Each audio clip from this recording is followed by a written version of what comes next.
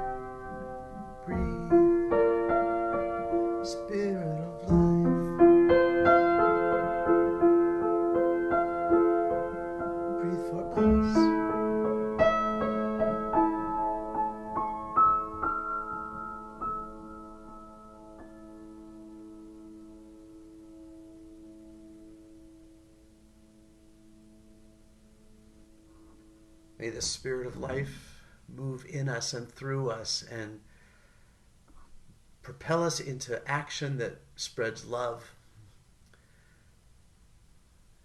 that follows that Holy Spirit fire that's going to burn out injustice and bring in peace and love. And may we stay safe, stay connected. I hope I see you this Sunday in worship. Have a good weekend, folks. Bye.